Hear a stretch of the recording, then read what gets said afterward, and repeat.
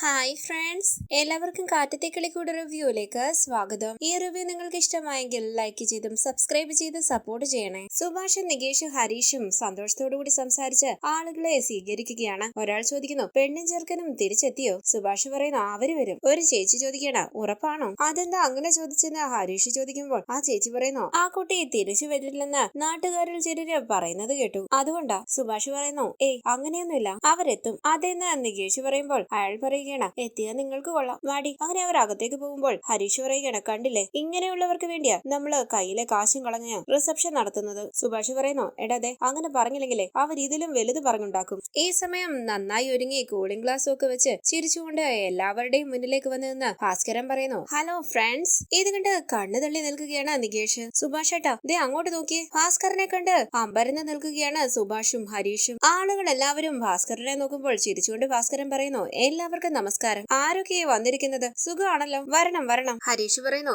ഇങ്ങനെ ഇത് ഓവറാക്കും. ടിറ്റോ പറയുകയാണ്, ഒരു തലപ്പാവോട് വെച്ചു കൊടുത്തിരുന്നെങ്കിൽ എയർ ഇന്ത്യയുടെ ഫ്ലെക്സില് ഫോട്ടോ അടിക്കാമായിരുന്നു. അവരുടെ അരികിലേക്ക് വന്ന് ഭാസ്കരൻ ചോദിക്കുന്നു, മക്കളെ എങ്ങനെയുണ്ടടാ ഈ ഗെറ്റപ്പ് ഒക്കെ? ചന്തു പറയുന്നു, ഇത് കലക്കി. ഭാസ്കരൻ ചോദിക്കുന്നു, കൊള്ളാവോടാ, എന്നാ നീ ഒരു ഫോട്ടോ എടുത്തേ, റെഡി ആകുമ്പോൾ പറയണേ, പോസ്റ്റ് ചെയ്യാനാ. ഭാസ്കരൻ പോസ്റ്റ് ചെയ്യുകയാണ്. ഇത് കണ്ട് സുഭാഷ് പുഞ്ചിരിക്കുമ്പോൾ ദേഷ്യത്തോടു കൂടി നിൽക്കുകയാണ് ഹരീഷും നികേഷും. മോഹൻലാലിനെയും മമ്മൂട്ടിയെയും സുരേഷ് ഗോപിയും ഒക്കെ അനുകരിച്ച് ഫോട്ടോയ്ക്ക് പോസ്റ്റ് ചെയ്യുകയാണ് ഭാസ്കരൻ. ഭാസ്കരൻ പറയുന്നു, മൈ സൺസ്, കമോൺ കമോൺ, വാടാ ഇങ്ങോട്ട്. അങ്ങനെ ഹരീഷിനെയും നികേഷിനെയും ചേർത്ത് പിടിച്ച് ഭാസ്കരൻ പറയുന്നു, എടുക്കടാ. ഹരീഷും നികേഷും പുഞ്ചിരിച്ച് ഫോട്ടോയ്ക്ക് പോസ്റ്റ് ചെയ്യുകയാണ്. ഭാസ്കരൻ പറയുന്നു, എടുക്കടാ, എന്റെ പിള്ളേരാ, ചിരിക്കടാ. ചന്തു ഫോട്ടോ എടുക്കുകയാണ്. ഇത് കണ്ട് സന്തോഷത്തോടു കൂടി നോക്കി നിൽക്കുകയാണ് സുഭാഷ്. ഭാസ്കരൻ പറയുന്നു, അടിപൊളി. എടാ, നീ വരുന്നില്ലേ ഒരു ഫോട്ടോ എടുക്കാൻ? അല്ലെങ്കിൽ വേണ്ട, നിനക്ക് എന്റെ കൂടെ നിൽക്കാനുള്ള ഒരു വൈബില്ല. ഇവനെ തന്ത വൈബായി പോയി അല്ലടാ. ഇനി നിങ്ങൾ പോയിക്കോ, എന്റെ ഒറ്റയ്ക്കുള്ള ഒരു 3-4 കൂടി കാച്ചിക്കോ. ഭാസ്കരൻ വീടി വലിക്കാനായി തുടങ്ങുമ്പോൾ അച്ഛാ ഇപ്പൊ വലിക്കല്ലേ എന്ന് പറഞ്ഞ് അതെടുത്തു മാറ്റുകയാണ് സുഭാഷ്. കയ്യിലുള്ളതെല്ലാം സുഭാഷിന്റെ കയ്യിലേക്ക് കൊടുക്കുകയാണ് ഭാസ്കരൻ. ഇത് എങ്ങനെയുണ്ടെന്ന് ചന്തു ചോദിക്കുമ്പോൾ ഫോട്ടോയിൽ നോക്കി ഭാസ്കരൻ പറയുന്നു, ഇതെന്തോ നാടാ, മൊത്തത്തിലൊരു ഇരുട്ടാണല്ലോ. ടിറ്റോ പറയുന്നു, ആ കണ്ണട മാറ്റു ഭാസ്കരേട്ടാ. കൂളിംഗ് ഗ്ലാസ് എടുത്തു മാറ്റി ഭാസ്കരൻ പറയുന്നു, ഇപ്പൊ ക്ലിയർ ആയി. എടാ, നീ ഈ ഫോട്ടോ ഒക്കെ സൂക്ഷിച്ചു വെച്ചോണം. ഇവിടുത്തെ റിസപ്ഷന്റെ ആൽബം വരുമ്പോൾ ഫ്രണ്ട് പേജിൽ ഞാനിങ്ങനെ നിറങ്ങി നിൽക്കണം, കേട്ടോടാ.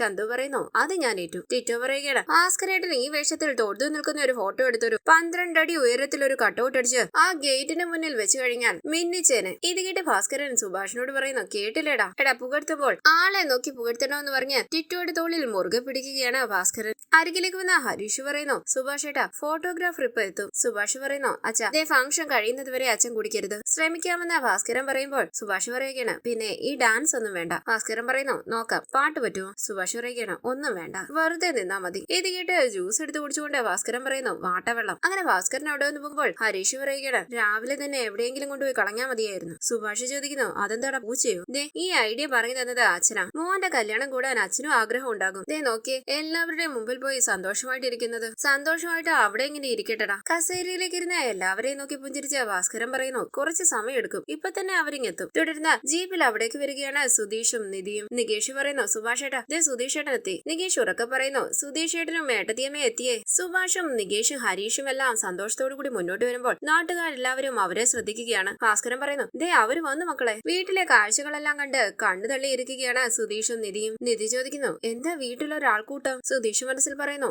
എന്ത് നശീലമാണാവോ ഇന്ന് ചെയ്തു വെച്ചിരിക്കുന്നത്. ഇയാളൊന്ന് വണ്ടിയിലിരിക്കെ, ഞാൻ ഇപ്പൊ വരാം. അങ്ങനെ സുധീഷ് ജീപ്പിൽ നിന്ന് ഇറങ്ങുമ്പോൾ അരികിലേക്ക് ഓടിച്ചെന്ന് നികേഷ് ചോദിക്കുന്നു, ഏട്ടാ, ഏട്ടത്തിയമ്മ എന്താ ഇറങ്ങാത്തെ? സുധീഷ് ചോദിക്കുന്നു, സുഭാഷ് ഏട്ടാ, എന്താ ഇവിടെ നടക്കുന്നത്? സുഭാഷ് ചോദിക്കുന്നു, നീ എന്താ ഒന്നും അറിയാത്തതുപോലെ? സുധീഷ് പറയുകയാണ്, അറിയില്ല, അതുകൊണ്ടല്ലേ ചോദിക്കുന്നത്. ഈ പാട്ടും ലൈറ്റും ആൾക്കൂട്ടും ഒക്കെ എന്താന്ന്? സുഭാഷ് പറയുന്നു, എടാ, ഒരു റിസപ്ഷൻ ആകുമ്പോൾ അതൊക്കെ പതിവല്ലേ? സുധീഷ് ചോദിക്കുന്നു, റിസപ്ഷനോ? എന്തിന്? സുഭാഷ് പറയുന്നു, നീ എന്തിനാ ഇങ്ങനെയൊക്കെ ചോദിക്കുന്നത്? കല്യാണം കഴിഞ്ഞ പിന്നെ റിസപ്ഷൻ പതിവല്ലേ? എടാ, നീ ഇതൊന്നും പറഞ്ഞില്ലേ? നികേഷ് പറയുന്നു, പറയാൻ വേണ്ടിയാ ഞാൻ വിളിച്ചത്. അപ്പൊ ചേട്ടൻ ഭയങ്കര ബിസി ആയിരുന്നു, അപ്പൊ ഒരു സർപ്രൈസ് ആയിക്കോട്ടെ എന്ന് ഞാനും വിചാരിച്ചു. സുധീഷ് പറയുന്നു, അയ്യപ്പ, വീണ്ടും സർപ്രൈസോ? നികേഷ് പറയുകയാണ്, ഒറ്റ ദിവസം കൊണ്ട് എന്തൊക്കെ അറേഞ്ച് ചെയ്തു എന്ന് നോക്ക് സുധീഷ് ഏട്ടാ. അവിടെ ഇരിക്കുന്ന ആ ഫ്ലെക്സിലേക്ക് നോക്കി സുധീഷ് പറയുന്നു, സുധീഷ്, നിധി. ഏട്ടാ, എന്തൊക്കെയാടാ ഇത്? സുഭാഷ് ചോദിക്കുന്നു, എടാ സുധീഷ്, നീ എന്താ ഇങ്ങനെയൊക്കെ ചോദിക്കുന്നത്? ശരി ശരി, ഇവിടെ ഒന്ന് സംസാരിക്കണ്ട, നീ അങ്ങോട്ട് വാ, അവളോടുകൂടി ഇറങ്ങാൻ പറ, നമുക്ക് അകത്തേക്ക് ഇരിക്കാം. നിധി ജീപ്പിൽ നിന്നും ഇറങ്ങുകയാണ്. നികേഷ് ചോദിക്കുന്നു, റിസപ്ഷന് വന്നിരിക്കുന്ന പലരും ചോദിക്കുന്നത് പെണ്ണും ചെറുക്കനും വന്നില്ലേന്നാ. ചിലരുടെയൊക്കെ വിചാരം നിങ്ങൾ വരില്ലാന്നാ. അത് മാറ്റി പൊളിച്ചു കൊടുക്കണം. അരികിലേക്ക് വന്ന് നിധി ചോദിക്കുന്നു, എന്തു പറ്റി? എന്തേലും പ്രശ്നമുണ്ടോ? നികേഷ് പറയുകയാണ്, എന്ത് പ്രശ്നം? ഒരു പ്രശ്നമില്ല. സുഭാഷ് ചോദിക്കുന്നു, മോളെ, അച്ഛന് കുഴപ്പമൊന്നുമില്ലല്ലോ? കുഴപ്പമില്ല എന്ന് പറഞ്ഞ് ഇങ്ങോട്ടേക്ക് തിരിയുന്ന നിധി കാണുകയാണ് അവിടെ ഇരിക്കുന്ന സുധീഷിന്റെയും നിധിയുടെയും പേരുള്ള ആയിട്ടുള്ള ഫ്ലെക്സ്. നിധി ഞെട്ടി നിൽക്കുമ്പോൾ സുധീഷ് മനസ്സിൽ പറയുന്നു,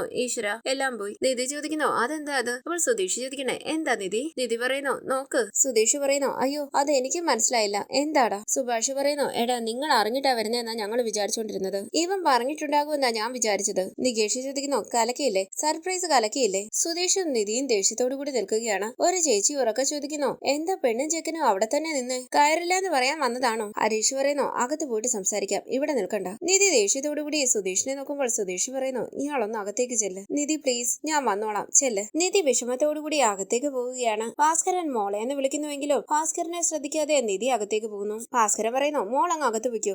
നികേഷ് ചോദിക്കുന്നു, ഏട്ടൻ എന്താ ഇത്ര ബഹുമാനത്തോടു കൂടി സംസാരിക്കുന്നത്? കുറച്ചുകൂടി ഫ്രണ്ട്ലി ആയിക്കൂടെ? സുധീഷ് ചോദിക്കുന്നു, എടാ നീ എന്താടാ ഈ കാണിച്ചു വെച്ചിരിക്കുന്നത്? ഹരീഷ് പറയുന്നു, ആ പാട്ടിന്റെ വോളിയം ഒന്ന് കുറച്ച്. അപ്പോൾ ഭാസ്കരൻ പറയുകയാണ്, വോളിയം കൂട്ടടാ മരമാക്രി. സുഭാഷ് പറയുന്നു, എടാ സുധീഷ്, എടാ നീ പെട്ടെന്ന് ഒരു ദിവസം ഒരു പെണ്ണിനെയും കൊണ്ട് വന്നു എന്നറിഞ്ഞാൽ നാട്ടുകാരെങ്കിലും വിശ്വസിക്കുമോ? അത് ബോധ്യപ്പെടുത്താൻ വേണ്ടിയിട്ടാ ഇങ്ങനെ ഒരു റിസപ്ഷൻ അറേഞ്ച് ചെയ്തത്. സുധീഷ് പറയുന്നു, അത് നിങ്ങൾ എന്റെ അടുത്ത് പറയണ്ടേ? ഹരീഷ് പറയുന്നു, നികേഷ് പറഞ്ഞു എന്നാ ഞങ്ങൾ വിചാരിച്ചത്. അവൻ ഫോൺ ചെയ്യുന്ന നേരത്ത് പെട്ടെന്ന് കട്ട് ചെയ്തത് എന്തിനാ? ഒരു വാക്ക് പോലും പറയാതെ ഒരുത്തിയെ കെട്ടിക്കൊണ്ട് വന്നിട്ട് ഞങ്ങൾക്ക് സർപ്രൈസ് തരാമെങ്കിൽ ഞങ്ങൾക്ക് ഇതും ചെയ്തൂടെ? അറിഞ്ഞിരുന്നെങ്കിൽ നേരത്തെ വന്ന ആൾക്കാരെ വിഷ് ചെയ്യാൻ നിൽക്കുമായിരുന്നല്ലോ. ഈ സമയത്ത് തന്നെ എത്തുകയുള്ളല്ലോ. സുഭാഷ് പറയുന്നു, വേണ്ട വേണ്ട, എടാ നീ ഒന്നും മിണ്ടാതിരി. എടാ നോക്ക്, ഏതായാലും നീ കല്യാണം കഴിച്ചു, എന്നാ പിന്നെ നമുക്കത് ഒരുമിച്ച് ആഘോഷിച്ചൂടെ? അതിനിപ്പോ എന്താ തെറ്റ്? നോക്ക്, ഇങ്ങനെ ഒരു റിസപ്ഷനില് സ്റ്റേജിൽ എല്ലാവരുടെയും മുമ്പിൽ രണ്ടുപേർക്കും ജോഡിയായിട്ട് നിൽക്കണമെന്ന് നിങ്ങൾക്കും ആഗ്രഹം ഉണ്ടാകില്ലേ? അത് കാണണമെന്ന് ഞങ്ങൾക്കും ആഗ്രഹം ഉണ്ടാകില്ലേ? എടാ നിങ്ങളുടേതൊരു കള്ളക്കല്യാണമാണെന്ന് ആരും പറയാതിരിക്കാൻ കൂടി വേണ്ടിയാ ഞങ്ങൾ ഇങ്ങനെ ചെയ്തത്. നീ സന്തോഷിക്കുമെന്ന് വിചാരിച്ച് ചെയ്തതാ. അതിനെന്തിനാ നീ ഇങ്ങനെ ദേഷ്യപ്പെടുന്നത്? ഹരീഷ് പറയുന്നു, അതെ, ഇയാൾ ഒരു കാലത്തും ഞങ്ങളെ കുറിച്ച് ചിന്തിക്കാറില്ല.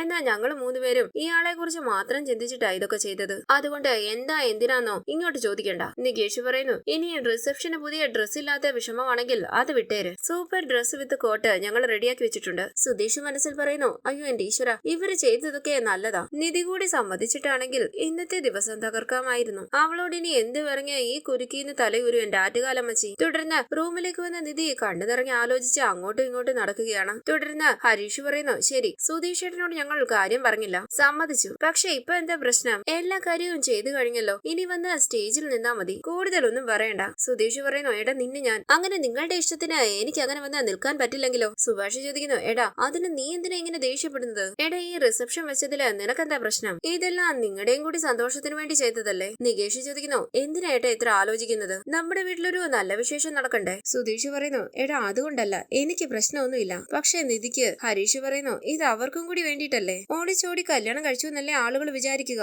അത് മാറിക്കിട്ടില്ലേ? സുധീഷ് പറയുന്നു, എടാ അതുകൊണ്ടല്ല. നിധി ആകെ അപ്സെറ്റ് ആയിട്ടിരിക്കുക. ഈ കല്യാണം വീട്ടുകാർ എതിർത്തതില് അവൾ ആകെ സങ്കടപ്പെട്ടിരിക്കുക. അത് മാത്രമല്ല, അവളുടെ അച്ഛന്റെ കാര്യം അറിയാലോ. ഞങ്ങൾ അവിടെ ചെന്നെങ്കിലും ഞങ്ങളെ കാണാൻ പോലും സമ്മതിച്ചില്ല. സുഭാഷ് ചോദിക്കുന്നു, സമ്മതിച്ചില്ലേ? സുധീഷ് പറയുകയാണ്, അതെ സുഭാഷ് ഏട്ടാ, ഐസുവിന്റെ മുന്നിൽ വരെ ഞങ്ങൾ ചെന്നു, അവളുടെ അമ്മ കാണാൻ സമ്മതിച്ചില്ല. സുഭാഷ് പറയുന്നു, എന്നിട്ടിത് നീ എന്നോട് പറഞ്ഞില്ലല്ലോ? നികേഷ് പറയുന്നു, അതെ, ഒരു പ്രശ്നം ഇല്ലെന്നല്ലേ പറഞ്ഞത്? സുധീഷ് പറയുകയാണ്, അതെ, അങ്ങനെ ഞാൻ പറഞ്ഞത്. അത് അവളുടെ അച്ഛന്റെ ജീവന് പ്രശ്നമൊന്നും ഇല്ലെന്നാണ് ഞാൻ ഉദ്ദേശിച്ചത്. പക്ഷെ നിധി അവളുടെ അച്ഛനെ കാണാൻ അവര് സമ്മതിച്ചില്ലെന്നേ. ഒരു ദിവസം ഞങ്ങൾ അവിടെ തങ്ങിയത് തന്നെ ആ ഒരൊറ്റ കാര്യത്തിന് വേണ്ടിയിട്ടാ. പക്ഷെ ആരും അവളെ കാണാൻ സമ്മതിച്ചില്ല. ഇത് കേട്ട് സുഭാഷ് പറയുന്നു, എടാ ഇതൊന്നും ഞങ്ങൾ അറിഞ്ഞില്ലല്ലോ. സുധീഷ് പറയുന്നു, അവളുടെ ആങ്ങളെ ഫോണിലൂടെ അവളുടെ അച്ഛനെ വിളിച്ച് സംസാരിപ്പിച്ച് കേൾപ്പിച്ചു. പക്ഷെ അവള് മരിച്ചുപോയി എന്നാ അവളുടെ അച്ഛൻ പറഞ്ഞത്. നിങ്ങൾക്കറിയുമോ, തിരിച്ചു വരുന്ന വഴി അവൾ അതും പറഞ്ഞ് എന്നോട് കരയുകയായിരുന്നു. ഈ അവസ്ഥയില് ഞാൻ എങ്ങനെ അവളോട് റിസപ്ഷനിൽ സ്റ്റേജിൽ കയറി നിൽക്കാൻ പറയുക? ഒരു ഫംഗ്ഷൻ വേണമെങ്കിൽ അത് നമുക്ക് ചെയ്യാമായിരുന്നു. അതിന് നീ സമയം കിടക്കുകയല്ലേ?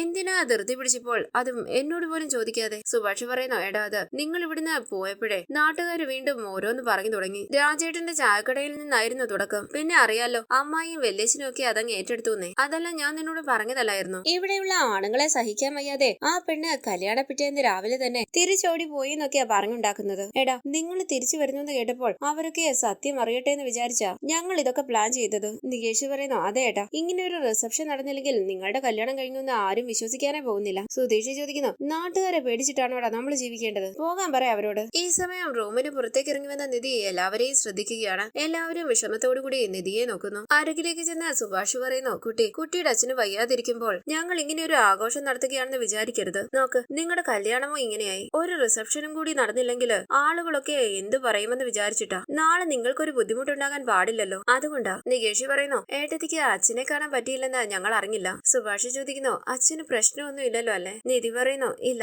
ഇപ്പൊ കുഴപ്പമൊന്നുമില്ല. 1-2 ദിവസം കഴിഞ്ഞാ വീട്ടിൽ പോകാം. ഞാൻ വീഡിയോയിൽ കണ്ടിരുന്നു തന്നു. ഏട്ടത്തി അയച്ചു തന്നു. ഈ സമയം പുറത്ത് പാട്ട് വെക്കുകയാണ്. പുറത്തെ ബഹളം കേട്ട് എല്ലാവരെയും ഒന്ന് നോക്കിയിട്ട് നിധി റൂമിലേക്ക് പോകുന്നു. സുധീഷ് പറയുന്നു, എടാ ആ പാട്ടൊന്ന് നിർത്താൻ പറയടാ. സുഭാഷ് പറയുകയാണ്, സുധീഷ് എല്ലാവരും എത്തി തുടങ്ങി, നമ്മൾ ഇനി എന്താണ് അവരോടൊക്കെ പറയുക? നികേഷ് പറയുന്നു, ഫോട്ടോഗ്രാഫർ വന്നു, ബിരിയാണി റെഡിയായി, ആളുകളൊക്കെ ഇപ്പൊ എത്തും. ഹരീഷ് പറയുകയാണ്, രൂപ എത്രയാ ചിലവായതെന്നറിയുമോ? സുധീഷ് ചോദിക്കുന്നു, നിങ്ങൾക്ക് വിവരമില്ലേ സുഭാഷ് ഏട്ടാ? തോന്നും പോലെ ഓരോന്ന് ചെയ്തു കൂട്ടിയിട്ട് ഇതിപ്പോ നിങ്ങളുടെയൊക്കെ ഓരോ വട്ടം കിറുക്കും എന്റെ ജീവിതത്തിലേക്ക് കൊണ്ടുവരുന്നത് എന്തിനാ? ഇതൊക്കെ വേണമെന്ന് ഞാൻ നിങ്ങളോട് പറഞ്ഞോന്ന് നാട്ടുകാരുടെ പറച്ചിൽ തീർക്കാൻ വേണ്ടി ചെയ്തു അത്രേ. ഇതൊക്കെ ഒരു കാരണമാണോന്ന് വിരൽ ചൂണ്ടി ഹരീഷ് പറയുന്നു, ദേ നിങ്ങൾ അത്ര ഓവറാക്കല്ലേ സുധീഷ് ഏട്ടാ. സുഭാഷ് ഏട്ടൻ എന്ത് തെറ്റ് ചെയ്തു എന്നാ? സുധീഷ് പറയുന്നു, എടാ ഞാനും ശ്രദ്ധിക്കുന്നുണ്ട്, 3-4 ദിവസമായിട്ട് നീ എന്തിനാ എന്റെ മെക്കിട്ട് കയറാൻ വരുന്നത്? സുഭാഷ് സുധീഷ് എന്ന് വിളിക്കുമ്പോൾ ഹരീഷ് പറയുന്നു, ദേ നോക്ക്, മൂത്ത ചേട്ടൻ വീട്ടിലുണ്ട്, അയാളുടെ കല്യാണം ഇതുവരെ കഴിഞ്ഞിട്ടില്ല നോക്കാതെ ഒരു പെണ്ണിനെയും കിട്ടി വീട്ടിലേക്ക് വന്നത് നിങ്ങളാ. എടാ ഹരീഷ് വേണ്ടെന്ന് സുഭാഷ് പറയുമ്പോൾ ഹരീഷ് പറയുകയാണ്, സുഭാഷ് ഏട്ടൻ വെറുതെ ഇരുന്ന് കല്യാണം കഴിച്ചപ്പോ പോലും ഒരു വാക്ക് നമ്മളോട് ചോദിച്ചില്ല.